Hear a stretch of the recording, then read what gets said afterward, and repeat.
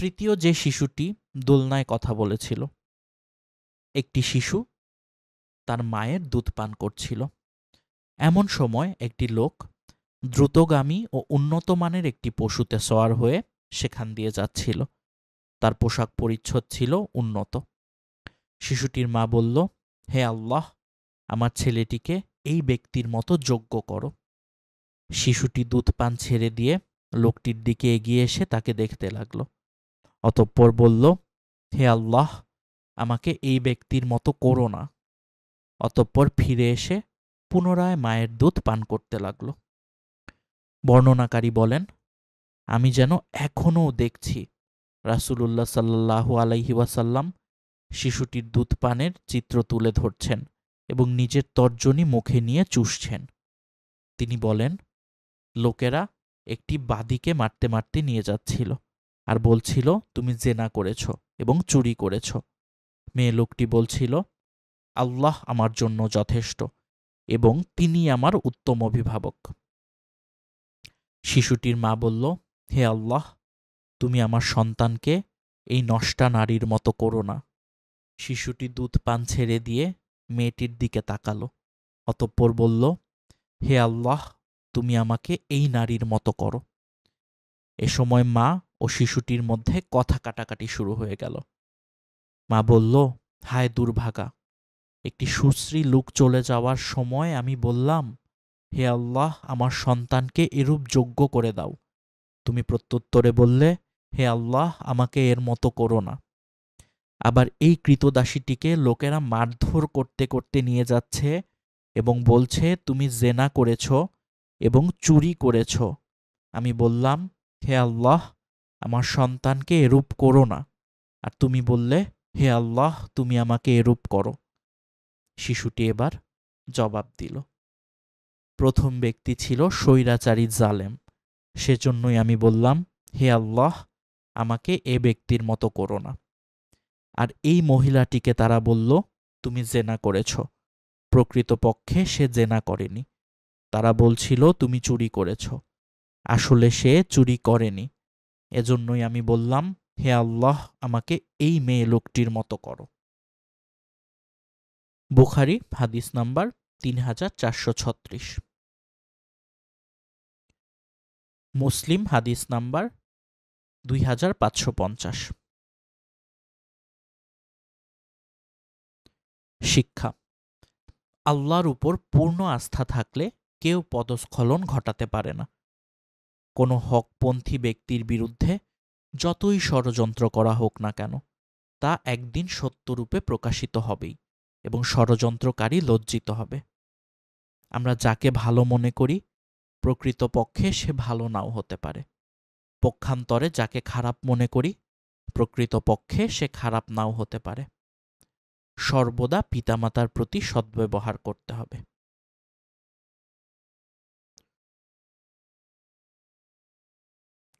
তৃতীয় গল্প, একজন খুনির তওবা ও জান্নাত লাভ।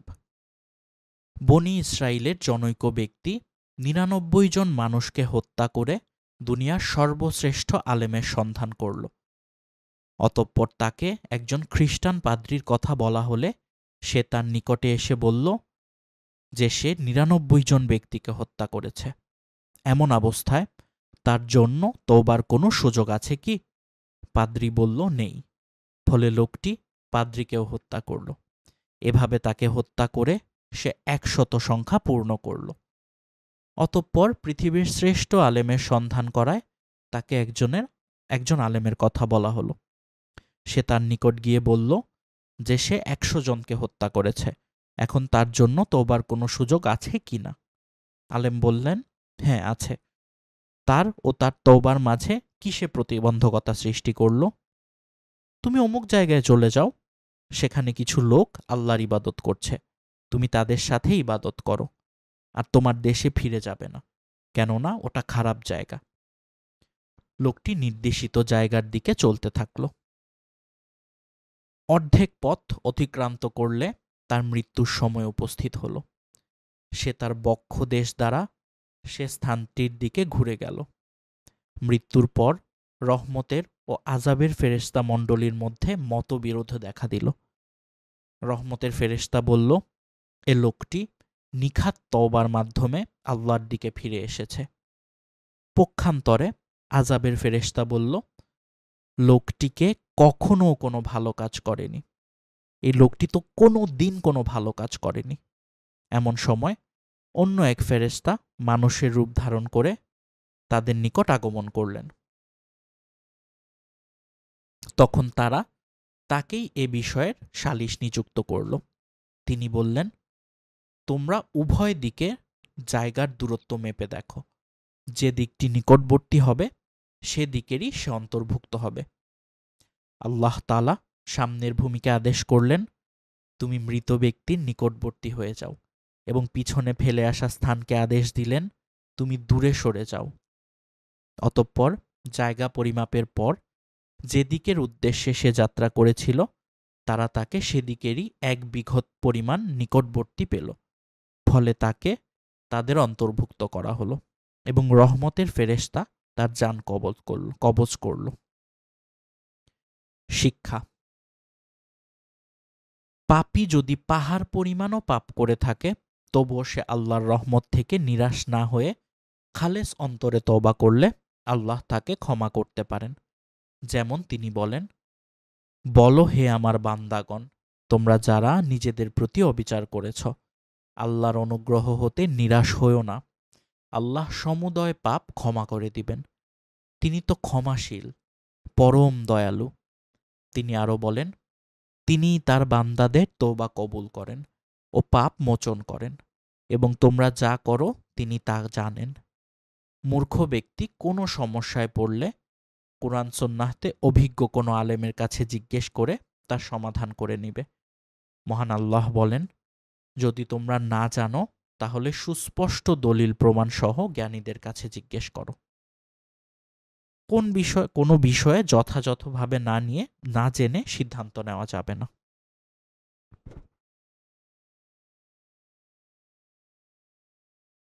বিসমিল্লাহির রহমানির রহিম। আসসালামু আলাইকুম। হাদিসের গল্প সিরিজের গল্পগুলো স্বাগত জানাচ্ছি স্টোরিজ অফ ইসলাম বাংলার পক্ষ। কাহিনী শুরু করার আগে আপনাদেরকে একটি রিকোয়েস্ট, প্লিজ আমাদের চ্যানেলটিকে সাবস্ক্রাইব করে দিবেন নতুন নতুন স্টোরি শোনার জন্য। ইব্রাহিম আলাইহিসসালাম, সারা ও অত্যাচারী বাদশাহ। আবু হুরায়রা রাযিয়াল্লাহু হতে বর্ণিত, তিনি বলেন, ইব্রাহিম আলাইহিসসালাম 3 বার ছাড়া কখনো মিথ্যা বলেননি। তন্মধ্যে 2 বার ছিল আল্লাহর ব্যাপারে। তার উক্তি, আমি অসুস্থ, এবং তার অন্য এক উক্তি, বরং এ কাজ করেছে এই তো তাদের বড়টি। বর্ণনাকারী বলেন, একদা তিনি অর্থাৎ ইব্রাহিম আলাইহিসসালাম এবং সারা অত্যাচারী শাসকগণের কোনো এক শাসকের এলাকায় এসে পৌঁছলেন। তখন তাকে খবর দেয়া হলো যে এ এলাকায় জনৈক ব্যক্তি এসেছে, তার সঙ্গে একজন সবচেয়ে সুন্দরী মহিলা আছে। তখন সে তার নিকট লোক পাঠালো। সে তাকে নারীটি সম্পর্কে জিজ্ঞেস করল, এ নারীটি কে? তিনি উত্তর দিলেন, মহিলাটি আমার বোন। অতঃপর তিনি সারার নিকট আসলেন এবং বললেন, হে সারা, তুমি আর আমি ব্যতীত পৃথিবীতে আর কোনো মুমিন নেই। এ লোকটি আমাকে তোমার সম্পর্কে জিজ্ঞেস করেছিল। তখন আমি তাকে জানিয়েছি যে তুমি আমার বোন, কাজেই তুমি আমাকে মিথ্যা প্রতিপন্ন করো না। অতঃপর বাদশাহ সারাকে আনার জন্য লোক পাঠালো। তিনি তার নিকট প্রবেশ করলেন এবং রাজা তার দিকে হাত বাড়ালো। সারা ওযু করে সালাত আদায়ের জন্য দাঁড়িয়ে গেলেন এবং দোয়া করলেন, হে আল্লাহ, আমি তোমার উপর এবং তোমার রাসূলের উপর ঈমান এনেছি এবং আমার স্বামী ব্যতীত অন্যদের থেকে আমার লজ্জাস্থানকে সংরক্ষণ করেছি। তুমি এই কাফেরকে আমার উপর ক্ষমতা দিও না। তখন রাজা বেহুশ হয়ে পড়ে মাটিতে পা ধারা আঘাত করতে লাগল অতঃপর সারা বললেন, হে আল্লাহ, এ যদি মৃত্যুবরণ করে তবে লোকেরা বলবে মহিলাটি একে হত্যা করেছে। তখন সেই বাদশা জ্ঞান ফিরে পেল। এ ঘটনা আরও 2বার বা 3বার ঘটার পর রাজা তার এক দারোয়ানকে ডেকে বলল, তুমি তো আমার নিকট কোনো মানুষ আনোনি, বরং এনেছ এক শয়তান। অতঃপর রাজা সারার খিদমতের জন্য হাজেরাকে দান করল। অতঃপর তিনি অর্থাৎ সারা তার ইব্রাহিম আলাইহিসসালামের নিকট আসলেন। তিনি দাঁড়িয়ে সালাত আদায় করছিলেন। তখন তিনি হাত দ্বারা ইশারা করে সারাকে বললেন, কি ঘটেছে? তখন সারা বললেন, আল্লাহ কাফির বা ফাসিকের চক্রান্ত তারই বুকে ফিরিয়ে দিয়েছেন, আর সে হাজেরাকে খিদমতের জন্য দান করেছে। আবু হুরায়রা রাদিয়াল্লাহু বলেন, হে আকাশের পানির ছেলেরা অর্থাৎ জমজম, হাজেরাই তোমাদের আদি মাতা। শিক্ষা: আল্লাহ তার একনিষ্ঠ বান্দাদেরকে যাবতীয় বিপদ থেকে রক্ষা করেন। 2. সারার ঈমান ও চারিত্রিক দৃঢ়তা সকল মুসলিম রমণীর জন্য অনুকরণীয়। 3. প্রকৃত ঈমানদারকে সংখ্যা সর্বদা কমই হয়ে থাকে, তাই সংখ্যাগরিষ্ঠতা সত্যের মানদণ্ড নয়। আজকের দ্বিতীয় কাহিনী, মুসা আলাইহিসসালাম ও মালাকুল মউত। আবু হুরায়রা রাদিয়াল্লাহু হতে বর্ণিত, তিনি বলেন, মালাকুল মউতকে মুসা আলাইহিসসালামের নিকট পাঠানো হয়েছিল। ফেরেশতা যখন তার নিকট আসলেন তখন তিনি তাকে চপেটাঘাত করলেন। এতে তার একটা চোখ নষ্ট হয়ে গেল। তখন ফেরেশতা তার রবের নিকট ফিরে গেলেন এবং বললেন, আপনি আমাকে এমন এক বান্দার নিকট পাঠিয়েছেন যে মরতে চায় না। আল্লাহ বললেন, তুমি তার নিকট ফিরে যাও এবং তাকে বলো সে যেন তার একটি হাত একটি গরুর পিঠে রাখে। তার হাত যতগুলো পশম ঢাকবে তার প্রতিটি পশমের বদলে তাকে 1 বছর করে জীবন দেয়া হবে। মুসা আলাইহিসসালাম বললেন, হে রব, অতঃপর কি হবে? আল্লাহ বললেন, অতঃপর মৃত্যু।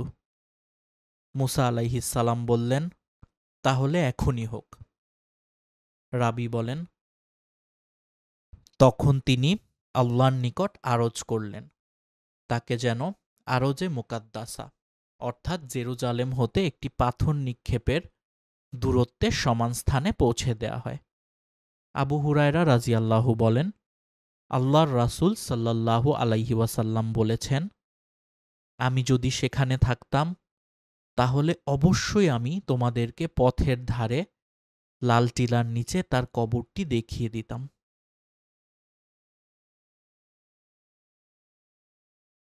শিক্ষা: মৃত্যু চিরসত্য, অনিবার্য, এর থেকে পালানোর কোনো পথ নেই। আজকের তৃতীয় কাহিনী, সুলাইমান আলাইহিসসালামের হিকমতপূর্ণ বিচার। আল্লাহর রাসূল সাল্লাল্লাহু আলাইহি ওয়াসাল্লাম বলেছেন, 2 জন মহিলা ছিল, তাদের সাথে 2টি সন্তানও ছিল। হঠাৎ একটি বাঘ এসে তাদের একজনের ছেলেকে নিয়ে গেল। সঙ্গের একজন মহিলা বলল, তোমার ছেলেটিকেই বাঘে নিয়ে গেছে। অন্য মহিলাটি বলল, না, বরং বাঘে তোমার ছেলেটি নিয়ে গেছে। অতঃপর উভয়ে এ বিষয়ে দাউদ আলাইহিসসালামের নিকট বিরোধ মীমাংসার জন্য বিচার প্রার্থী হল। তখন তিনি ছেলেটির বিষয়ে বয়স্কা মহিলাটির পক্ষে রায় দিলেন। অতঃপর তারা উভয়ে বেরিয়ে দাউদ আলাইহিসসালামের পুত্র সুলাইমান আলাইহিসসালামের নিকট দিয়ে যেতে লাগল এবং তারা দুজনে তাকে ব্যাপারটি জানালেন। তখন তিনি লোকদেরকে বললেন, তোমরা আমার নিকট একখানা ছোরা নিয়ে আসো। আমি ছেলেটিকে 2 টুকরা করে তাদের দুজনের মধ্যে ভাগ করে দেই। এ কথা শুনে অল্প বয়স্কা মহিলাটি বলে উঠল, তা করবেন না, আল্লাহ আপনার উপর রহম করুন। ছেলেটি তারই। তখন তিনি ছেলেটি সম্পর্কে অল্প বয়স্কা মহিলাটির অনুকূলে রায় দিলেন। শিক্ষা: সন্তানের প্রতি মায়ের ভালোবাসা অপরিসীম। সুলাইমান আলাইহিসসালামের বিচক্ষণতা ছিল অনন্য। প্রজ্ঞা ও দূরদর্শিতা ন্যায় বিচারের পূর্বশর্ত। আজকের চতুর্থ কাহিনী, খিজির ও মুসা আলাইহিসসালামের কাহিনী। হযরত ইবনু আব্বাস রাযিয়াল্লাহু হতে বর্ণিত, তিনি বলেন, হযরত উবাই ইবনু কাব রাযিয়াল্লাহু রাসূলুল্লাহ সাল্লাল্লাহু আলাইহি ওয়াসাল্লাম হতে আমাদের নিকট বর্ণনা করেছেন যে হযরত মুসা আলাইহিসসালাম একদা বনী ইসরাইলের এক সমাবেশে ভাষণ দিতে দাঁড়ালে তাকে জিজ্ঞেস করা হল, কোন ব্যক্তি সর্বাধিক জ্ঞানী? তিনি বললেন, আমি সর্বাধিক জ্ঞানী। জ্ঞানকে আল্লাহর দিকে সোপর্দ না করার কারণে আল্লাহ তাকে তিরস্কার করে বললেন, বরং দুসাগরের সঙ্গমস্থলে আমার এক বান্দা আছে, যিনি তোমার চেয়ে অধিক জ্ঞানী। হযরত মুসা আলাইহিসসালাম বললেন, হে আমার প্রতিপালক, তার নিকট পৌঁছতে কে আমাকে সাহায্য করবে? কখনো সুফিয়ান এভাবে বর্ণনা করেছেন, আমি কিভাবে তার সাথে সাক্ষাৎ করতে পারি? তখন বলা হলো, তুমি একটি থলিতে করে একটি মাছ নাও, যেখানে তুমি মাছটি হারাবে সেখানেই আমার সে বান্দা আছে। অতঃপর হযরত মুসা আলাইহিসসালাম একটি মাছ ধরলেন এবং থলিতে রাখলেন। অতঃপর মাছ নিয়ে তার সঙ্গী ইউশা বিন নুনকে সাথে নিয়ে পথ চলতে লাগলেন। শেষ পর্যন্ত তারা একটি পাথরের কাছে পৌঁছলেন এবং তার উপর মাথা রেখে বিশ্রাম নিলেন। মুসা আলাইহিসসালাম ঘুমিয়ে পড়লেন। এ সময় মাছটি থলি থেকে বের হয়ে লাফিয়ে সমুদ্রে চলে গেল। তারপর সে সমুদ্রে সুড়ঙ্গের মতো পথ করে নিল। আর আল্লাহ মাছটির চলার পথে পানির প্রবাহ থামিয়ে দিলেন। ফলে তার গমন পথটি সুড়ঙ্গের মতো হয়ে গেল। অতঃপর তারা উভয়ে অবশিষ্ট রাত এবং পুরো দিন পথ চললেন। তার পরদিন সকালে হযরত মুসা আলাইহিসসালাম তার সাথীকে বললেন, আমরা তো সফরে ক্লান্ত হয়ে পড়েছি, আমাদের খাবার নিয়ে এসো। হযরত মুসা আলাইহিসসালামকে আল্লাহ যে স্থানে যাবার কথা বলেছিলেন সেই স্থান অতিক্রম করার পূর্ব পর্যন্ত তিনি কোনরূপ ক্লান্তি বোধ করেননি। সাথী ইউশা বিন নুন তখন বলল, আপনি কি ভেবে দেখেছেন যে পাথরটির নিকট আমরা বিশ্রাম নিয়েছিলাম সেখানেই মাছটি অদ্ভুতভাবে সমুদ্রের মধ্যে চলে গেল? কিন্তু আমি মাছটির কথা আপনাকে বলতে ভুলে গিয়েছিলাম। মূলত শয়তানি আমাকে এ কথা ভুলিয়ে দিয়েছে। বর্ণনাকারী বলেন, পথটি মাছের জন্য ছিল একটি সুড়ঙ্গের মতো, আর তাদের জন্য ছিল আশ্চর্যজনক ব্যাপার। হযরত মুসা আলাইহিসসালাম বললেন, আমরা তো সেই স্থানটিরই অনুসন্ধান করছি। অতঃপর তারা তাদের পদচিহ্ন ধরে ফিরে চললেন এবং ওই পাথরের নিকটে পৌঁছে গেলেন। সেখানে পৌঁছার পর তারা দেখলেন এক ব্যক্তি কাপড় মুড়ি দিয়ে বসে আছেন। মুসা আলাইহিসসালাম তাকে সালাম দিলেন। তিনি সালামের জবাব দিয়ে বললেন, এখানে সালাম কি করে এলো? তিনি বললেন, আমি মুসা। খিজির জিজ্ঞেস করলেন, আপনি কি বনী ইসরাইল বংশীয় মুসা? মুসা আলাইহিসসালাম বললেন, হ্যাঁ, আমি এসেছি এজন্য যে সত্য পথের যে জ্ঞান আপনাকে দান করা হয়েছে তা হতে আপনি আমাকে শিক্ষা দিবেন। খিজির বললেন, হে মূসা, আমার আল্লাহ প্রদত্ত কিছু জ্ঞান আছে যা আপনি জানেন না, আর আপনিও আল্লাহ প্রদত্ত এমন কিছু জ্ঞানের অধিকারী যা আমি জানি না। মূসা আলাইহিসসালাম বললেন, আমি কি আপনার সাথী হতে পারি? খিজির বললেন, আপনি কিছুতেই আমার সাথে ধৈর্য ধারণ করতে পারবেন না। যে বিষয় আপনার জ্ঞানের আওতাধীন নয় সে বিষয়ে আপনি ধৈর্য ধারণ করবেন কেমন করে? মূসা আলাইহিসসালাম বললেন, ইনশাআল্লাহ আপনি আমাকে ধৈর্যশীল পাবেন এবং আপনার কোনো আদেশ আমি অমান্য করব না।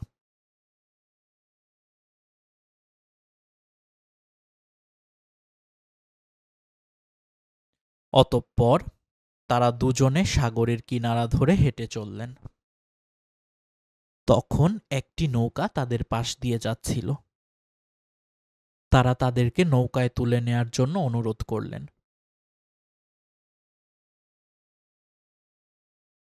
তারা খিজিরকে চিনতে পেরে বিনা ভাড়ায় তাদেরকে নৌকায় তুলে নিল। যখন তারা দুজনে নৌকায় চড়লেন, তখন একটি চড়ুই পাখি এসে নৌকাটির কিনারায় বসল এবং সমুদ্র থেকে 1 ফোঁটা বা 2 ফোঁটা পানি পান করল। খিজির বললেন, হে মূসা, আমার ও আপনার জ্ঞানের দ্বারা আল্লাহর জ্ঞান হতে ততটুকুও কমেনি যতটুকু এ পাখিটি তার ঠোঁটের দ্বারা সাগরের পানি থেকে হ্রাস করেছে। তখন খিজির একটি কুড়াল দিয়ে নৌকাটির একটি তক্তা খুলে ফেললেন। মূসা আলাইহিসসালাম অকস্মাৎ দৃষ্টি দিতেই দেখতে পেলেন যে তিনি কুড়াল দিয়ে একটি তক্তা খুলে ফেলেছেন। তখন তিনি তাকে বললেন, আপনি এ কি করলেন? এ লোকেরা বিনা ভাড়ায় আমাদেরকে নৌকায় তুলে দিল, আর আপনি তাদেরকে ডুবিয়ে দেওয়ার জন্য নৌকা ছিদ্র করে দিলেন। আপনি তো একটি গুরুতর কাজ করলেন। খিজির বললেন, আমি কি বলিনি যে আপনি আমার সাথে ধৈর্য ধারণ করতে পারবেন না? মূসা আলাইহিসসালাম বললেন, আমার ভুলের জন্য আমাকে অপরাধী করবেন না এবং আমার এ ব্যবহারে আমার প্রতি কঠোর হবেন না। মূসা আলাইহিসসালামের পক্ষ থেকে প্রথম এ কথাটি ছিল ভুলক্রমে। অতঃপর তারা যখন উভয়ে সমুদ্র পার হলেন, তখন তারা একটি বালকের পাশ দিয়ে অতিক্রম করলেন, যে অন্যান্য বালকদের সাথে খেলা করছিল। খিজির ছেলেটির মাথা দেহ হতে ছিন্ন করে ফেললেন। হযরত মূসা আলাইহিসসালাম বললেন, আপনি একটি নিষ্পাপ শিশুকে বিনা অপরাধে হত্যা করলেন। আপনি খুবই খারাপ একটা কাজ করলেন। খিজির বললেন, আমি কি বলিনি যে আপনি আমার সাথে ধৈর্য ধারণ করতে পারবেন না? মূসা আলাইহিসসালাম বললেন, এরপর যদি আমি আপনাকে আর কোনো প্রশ্ন করি তাহলে আমাকে আর সঙ্গে রাখবেন না। অতঃপর উভয়ে আবার চলতে লাগলেন। চলতে চলতে তারা একটি জনপদের অধিবাসীদের নিকট পৌঁছে তাদের নিকট কিছু খাবার চাইলেন, কিন্তু জনপদবাসী তাদের দুজনের মেহমানদারি করতে অস্বীকার করল। সেখানে তারা একটি প্রাচীর দেখতে পেলেন, যা ভেঙে পড়ার উপক্রম হয়েছিল। হযরত খিজির প্রাচীরটি মেরামত করে সুদৃঢ় করে দিলেন। হযরত মূসা আলাইহিসসালাম বললেন, এই বসতির লোকদের নিকট এসে আমরা খাবার চাইলাম, তারা মেহমানদারি করতে অস্বীকার করল, অথচ আপনি এদের দেয়াল সোজা করে দিলেন। আপনি তো ইচ্ছা করলে এর জন্য পারিশ্রমিক গ্রহণ করতে পারতেন। হযরত খিজির বললেন, এবার আমার এবং আপনার মধ্যে বিচ্ছেদ হয়ে গেল। এখন যে বিষয়ে আপনি ধৈর্য ধারণ করতে পারেননি, আমি এর তাৎপর্য বলে দিচ্ছি। প্রথমত, নৌকাটির ব্যাপার ছিল এই যে, সেটি ছিল কয়েকজন দরিদ্র ব্যক্তির। তারা সমুদ্রে জীবিকা অন্বেষণ করত। আমি নৌকাটিকে ত্রুটিযুক্ত করে দিতে চাইলাম, কারণ তাদের সামনে ছিল এক রাজা, যে ভালো নৌকা পেলেই জোরপূর্বক কেড়ে নিত। তারপর যখন এটাকে দখল করতে লোক আসলো, তখন ছিদ্রযুক্ত দেখে ছেড়ে দিল। অতঃপর নৌকাওয়ালারা একটা কাঠ দ্বারা নৌকাটি মেরামত করে নিল। এবার আসি দ্বিতীয় ঘটনায়। বালকটি, যে বালকটিকে আমি হত্যা করেছি, সে বালকটি সূচনা লগ্নেই ছিল কাফের, আর সে ছিল তার ইমানদার বাবা মার বড়ই আদরের সন্তান। আমি আশঙ্কা করলাম যে সে বড় হয়ে অবাধ্যতা ও কুফরি দ্বারা তাদেরকে কষ্ট দিবে। অতঃপর আমি ইচ্ছা করলাম যে তাদের পালনকর্তা তাদেরকে তার চেয়ে পবিত্রতায় ও ভালোবাসায় ঘনিষ্ঠতর একটি শ্রেষ্ঠ সন্তান দান করুন। এবার আসি তৃতীয় ঘটনায়। প্রাচীরের ব্যাপারটি ছিল এই, সেটি ছিল নগরের দুজন ইয়াতিম বালকের। এর নিচে ছিল তাদের গুপ্তধন। তাদের পিতা ছিলেন সৎকর্মপরায়ণ। সুতরাং আপনার পালনকর্তা দয়া পরবশ হয়ে ইচ্ছা পোষণ করলেন যে তারা যৌবনে পদার্পণ করে নিজেদের গুপ্তধন উদ্ধার করুক।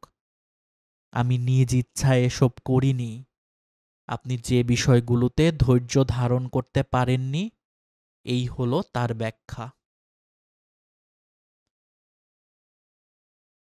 শিক্ষা। সকল জ্ঞানের আধার আল্লাহ রাব্বুল আলামিন। তিনি যাকে যতটুকু ইচ্ছা প্রদান করেন। জ্ঞান অর্জনের জন্য সফর অত্যন্ত গুরুত্বপূর্ণ। শয়তান সর্বদা মানুষের পিছে পড়ে থাকে। সে মানুষকে প্রতিনিয়ত আল্লাহ বিমুখ করার চেষ্টা করে। জ্ঞান অর্জনের জন্য ধৈর্য অবলম্বন করা জরুরি। অহংকার করা বা নিজেকে সবচেয়ে জ্ঞানী ভাবা ঠিক নয়।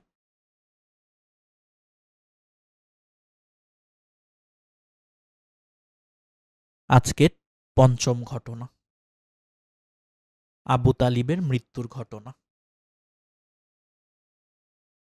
সাইদ ইবনুল মুসাইয়াব তার পিতা মুসাইয়াব রাদিয়াল্লাহু হতে বর্ণনা করেন, যখন আবু তালিব মুমূর্ষ অবস্থায় উপনীত হলেন, রাসূলুল্লাহ সাল্লাল্লাহু আলাইহি ওয়াসাল্লাম তার নিকট গেলেন।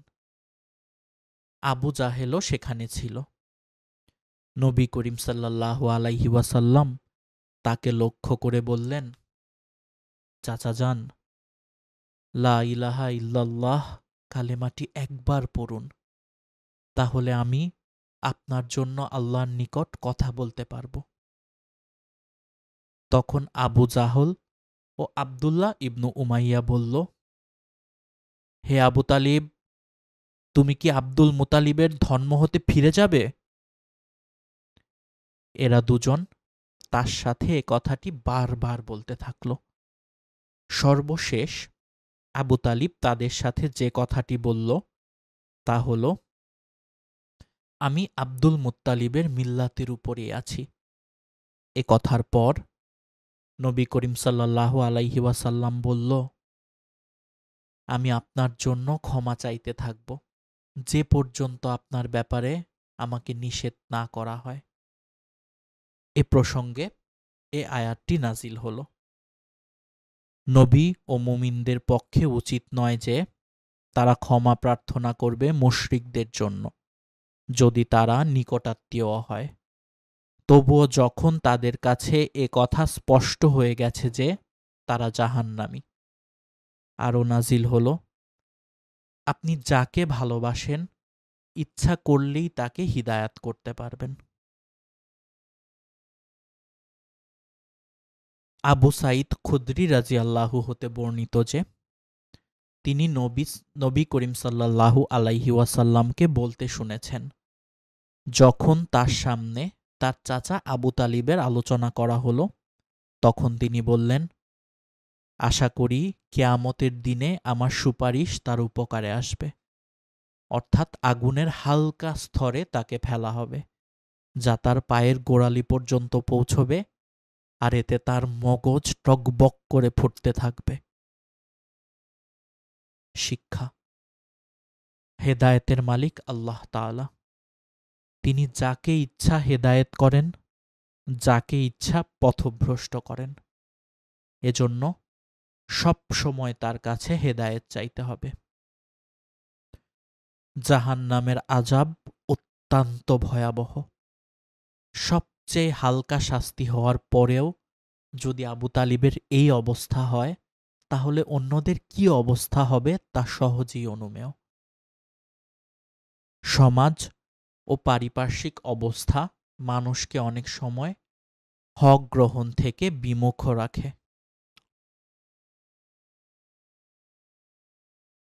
বিসমিল্লাহির রহমানির রহিম। আসসালামু আলাইকুম। হাদিসের গল্প সিরিজের গল্পগুলো স্বাগত জানাচ্ছি স্টোরিজ অফ ইসলাম বাংলার পক্ষ। কাহিনী শুরু করার আগে আপনাদেরকে একটি রিকোয়েস্ট, প্লিজ আমাদের চ্যানেলটিকে সাবস্ক্রাইব করে দিবেন নতুন নতুন স্টোরি শোনার জন্য। সুমামার প্রতি রাসূলুল্লাহ সাল্লাল্লাহু আলাইহি ওয়াসাল্লামের উত্তম আচরণের অনুপম নিদর্শন। আবু হুরায়রা রাযিয়াল্লাহু হতে বর্ণিত, তিনি বলেন, একবার রাসূলুল্লাহ সাল্লাল্লাহু আলাইহি ওয়াসাল্লাম নাজদের দিকে কিছু অশ্বারোহী সৈন্য পাঠালেন। তারা বনি হানিফা গোত্রের জনৈক ব্যক্তিকে ধরে আনল। তার নাম সুমামাহ বিন উসাল। সে ইয়ামামাবাসীদের সর্দার। তারা তাকে মসজিদে নববীর একটি খুঁটির সাথে বেঁধে রাখল। রাসূল সাল্লাল্লাহু আলাইহি ওয়াসাল্লাম তার কাছে আসলেন এবং তাকে জিজ্ঞেস করলেন, ওহে সুমামাহ, তুমি কি মনে করছ? সে বলল, হে মুহাম্মদ, আমার ধারণা ভালোই। যদি আপনি আমাকে হত্যা করেন, তাহলে অবশ্যই আপনি একজন খুনিকে হত্যা করবেন। আর যদি আপনি অনুগ্রহ করেন, তাহলে একজন কৃতজ্ঞ ব্যক্তির উপরই অনুগ্রহ করবেন। আর যদি আপনি মাল চান, তাহলে যা ইচ্ছা চাইতে পারেন, তা আদায় করা হবে। তার কথা শুনে রাসূলুল্লাহ সাল্লাল্লাহু আলাইহি ওয়াসাল্লাম তাকে সেদিনের মতো তার নিজের অবস্থার উপর ছেড়ে দিলেন। অতঃপর পরের দিন নবী করিম সাল্লাল্লাহু আলাইহি ওয়াসাল্লাম তাকে পুনরায় জিজ্ঞেস করলেন, ওহে সুমামাহ, তোমার কি মনে হচ্ছে? সে জবাবে বলল, তাই মনে হচ্ছে, যা আমি আপনাকে পূর্বেই বলেছি। যদি আপনি আমার প্রতি মেহেরবানি করেন, তাহলে একজন কৃতজ্ঞ ব্যক্তির উপর মেহেরবানি করবেন। আর যদি আপনি হত্যা করেন, তাহলে একজন খুনি লোককে হত্যা করবেন। আর যদি মাল সম্পদ চান, তাহলে যা ইচ্ছা চাইতে পারেন, তা দেয়া হবে। রাসূল সাল্লাল্লাহু আলাইহি ওয়াসাল্লাম আজও তাকে নিজের অবস্থার উপর ছেড়ে দিলেন। এভাবে রাসূলুল্লাহ সাল্লাল্লাহু আলাইহি ওয়াসাল্লাম তৃতীয় দিনেও তাকে জিজ্ঞেস করলেন, ওহে সুমামাহ, তোমার কি মনে হচ্ছে? জবাবে সে বলল, আমার তাই মনে হচ্ছে, যা আমি পূর্বেই আপনাকে বলেছি। যদি আপনি আমার প্রতি অনুকম্পা প্রদর্শন করেন, তাহলে একজন কৃতজ্ঞ ব্যক্তির উপরই অনুকম্পা করবেন। আর যদি আপনি আমাকে হত্যা করেন, তাহলে একজন খুনিকে হত্যা করবেন। আর যদি আপনি মাল সম্পদ চান, তাহলে যতটা ইচ্ছা চাইতে পারেন, তা দেয়া হবে। অতঃপর রাসূল সাল্লাল্লাহু আলাইহি ওয়াসাল্লাম বললেন, তোমরা সুমামাহকে ছেড়ে দাও। তাকে ছেড়ে দেয়া হলো। অতঃপর সে মসজিদের নিকটবর্তী একটি খেজুর বাগানে গিয়ে গোসল করল। অতঃপর মসজিদে প্রবেশ করে বলে উঠল, আশহাদু আল্লা ইলাহা ইল্লাল্লাহু ওয়া আশহাদু আন্না মুহাম্মাদান আবদুহু ওয়া রাসূলুহু। হে মুহাম্মদ, আল্লাহর কসম, পৃথিবীর বুকে আপনার চেহারা অপেক্ষা আর কারও চেহারা আমার নিকট অধিক ঘৃণ্য ছিল না, কিন্তু এখন আপনার চেহারা আমার কাছে সবচেয়ে বেশি প্রিয় হয়ে গেছে। আল্লাহর কসম, ইতিপূর্বে আপনার দিন অপেক্ষা অধিক অপ্রিয় দিন আমার কাছে আর কোনোটি ছিল না, কিন্তু এখন আপনার দিনই আমার কাছে সর্বাপেক্ষা প্রিয় হয়ে গেছে। আল্লাহর কসম, এর আগে আপনার শহরের চেয়ে অধিক ঘৃণ্য শহর আর কোনোটি আমার কাছে ছিল না, কিন্তু এখন আপনার শহরটি আমার কাছে সবচেয়ে প্রিয় হয়ে গেছে। আপনার অশ্বারোহীরা আমাকে এমন অবস্থায় ধরে এনেছে যখন আমি উমরা করার উদ্দেশ্যে রওনা হয়েছিলাম। এখন আপনি আমাকে কি করতে হুকুম দিচ্ছেন? রাসূলুল্লাহ সাল্লাল্লাহু আলাইহি ওয়াসাল্লাম তাকে সুসংবাদ শুনালেন এবং উমরা পালনের আদেশ করলেন। এরপর যখন তিনি মক্কায় পৌঁছলেন, তখন জনৈক ব্যক্তি তাকে বলল, তুমি নাকি বেদিন হয়ে গেছ? তিনি জবাবে বললেন, তা হবে কেন, বরং আমি রাসূলুল্লাহ সাল্লাল্লাহু আলাইহি ওয়াসাল্লামের হাতে ইসলাম গ্রহণ করেছি। আর আল্লাহর কসম, রাসূলুল্লাহ সাল্লাল্লাহু আলাইহি ওয়াসাল্লামের অনুমতি ছাড়া তোমাদের কাছে ইয়ামামা হতে আর একটি গমের দানাও আসবে না। শিক্ষা: উত্তম আচরণ ও ক্ষমার মাধ্যমে মানুষের হৃদয় জয় করা যায়। এজন্যই বলা হয়, ক্ষমাই উত্তম প্রতিশোধ। মহান আল্লাহ বলেন, মন্দকে ভালো দ্বারা মোকাবেলা করো, ফলে তোমার সাথে যার শত্রুতা আছে সে অন্তরঙ্গ বন্ধুতে পরিণত হবে। আজকের দ্বিতীয় কাহিনী। মুহাম্মদ সাল্লাল্লাহু আলাইহি ওয়াসাল্লামই একমাত্র শাফায়াতকারী।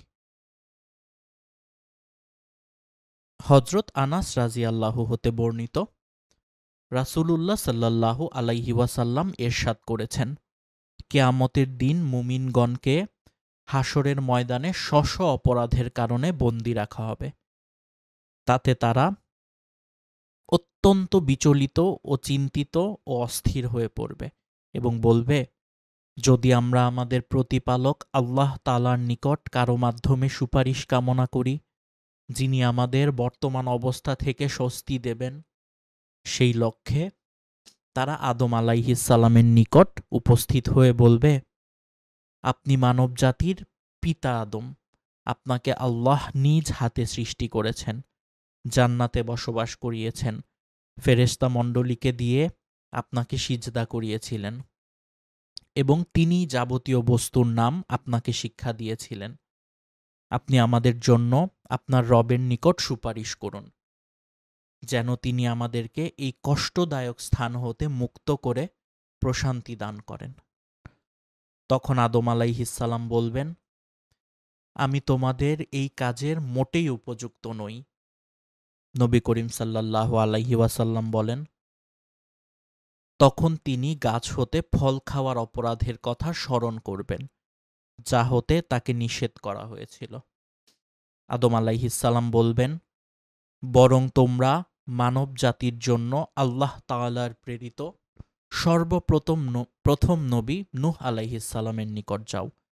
তারা নূহ আলাইহিস সালামের কাছে গেলে তিনি তাদেরকে বলবেন, আমি তোমাদের এ কাজের জন্য একেবারেই যোগ্য নই।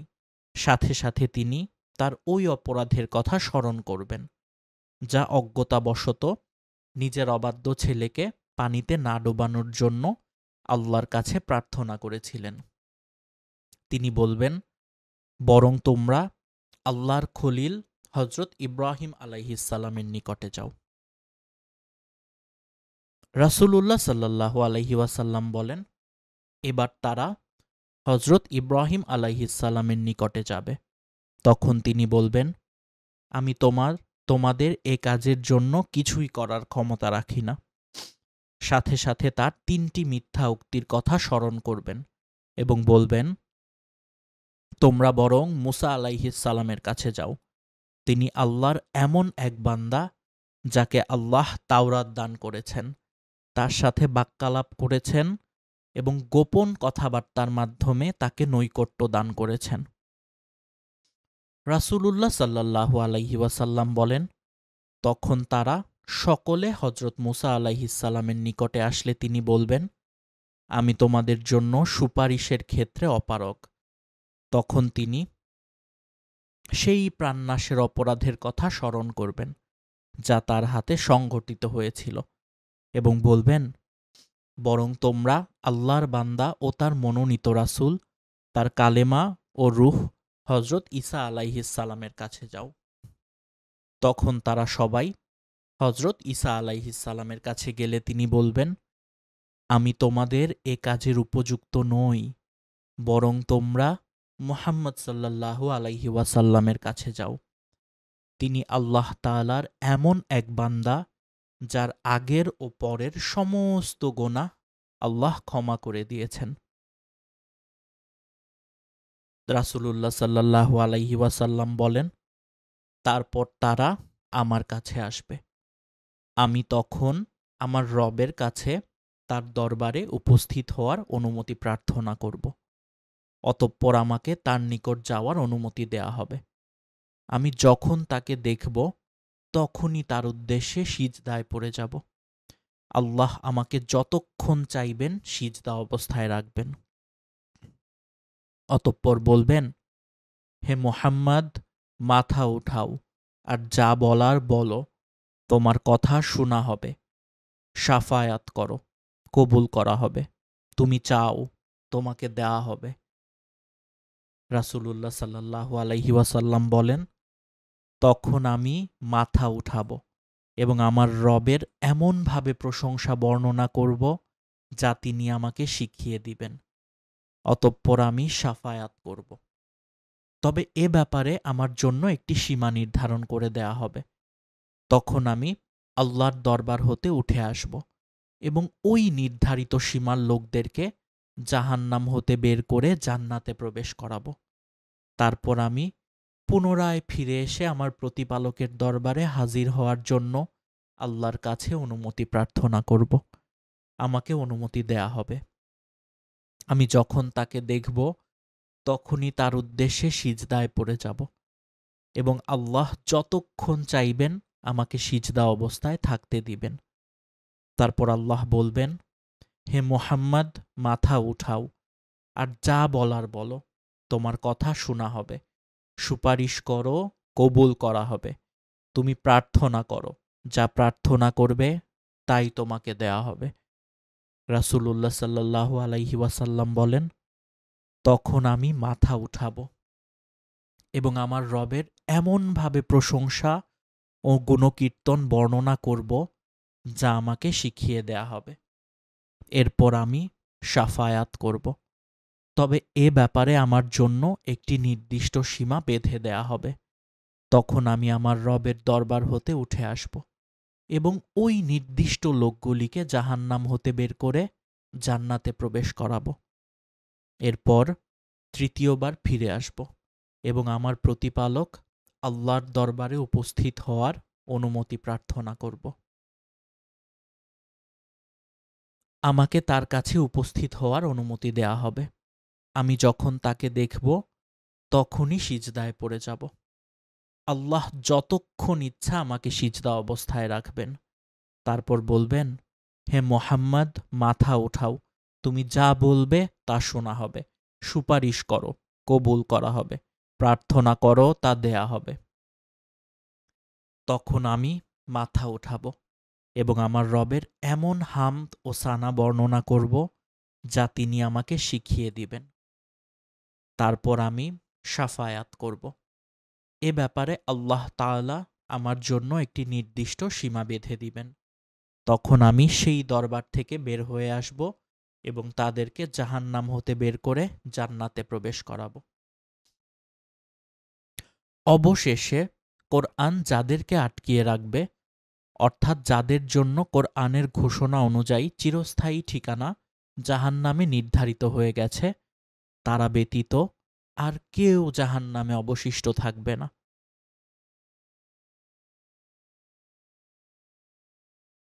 বর্ণনাকারী সাহাবী হযরত আনাস রাযিয়াল্লাহু বলেন, অতঃপর রাসূলুল্লাহ সাল্লাল্লাহু আলাইহি ওয়াসাল্লাম কোরআনের এই আয়াতটি, আশা করা যায় আপনার প্রতিপালক অচিরেই আপনাকে মাকামে মাহমুদে পৌঁছিয়ে দেবেন, এই আয়াতটি তেলাওয়াত করলেন এবং বললেন, এটাই সেই মাকামে মাহমুদ যার প্রতিশ্রুতি তোমাদের নবীকে দেয়া হয়েছে।